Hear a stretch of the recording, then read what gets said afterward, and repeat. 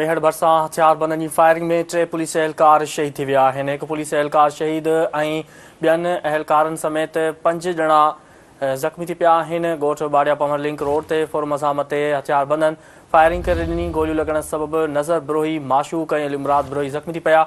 इतला ते पहुतल पुलिस ते हथियारबंदनि फायरिंग करे ॾिनी। फायरिंग में पुलिस एहलकार अब्दुल हफ़ीज़ मैसर, इरफान चांडियो ऐं इमामुद्दीन खोसो शहीद थी विया आहिनि। जॾहिं त हथियारबंदनि ऐं पुलिस विच में मुक़ाबिलो जारी आहे। अव्हांखे आगाह करे रहिया आहियूं अहम ख़बर जे हवाले सां त मेहर भरिसां हथियारबंदनि जी फायरिंग में 3 पुलिस एहलकार शहीद थी विया आहिनि।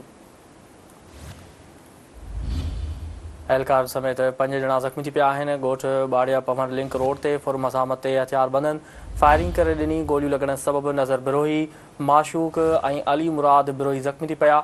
इतला ते पहुतल पुलिस ते हथियारबंदनि फायरिंग करे ॾिनी। फायरिंग में पुलिस एहलकार अब्दुल हफ़ीज़ मैसर, इरफान चांडियो ऐं इमामुद्दीन खोसो शहीद थी विया।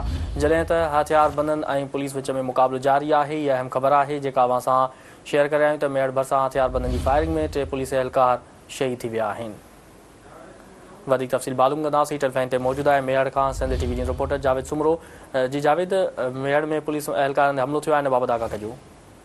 बिल्कुलु मेहर सेक्शन थाणे जी हद में ॻोठ बाड़िया पावर लिंक रोड ते ॻोठाणनि खां हथियारबंद फुर करे आया हुया त पुलिस गश्त करे रही हुई। हुन दौरान फायरिंग जी इतला ते 3 ॻोठ जेके फौरन जी फायरिंग में आहिनि।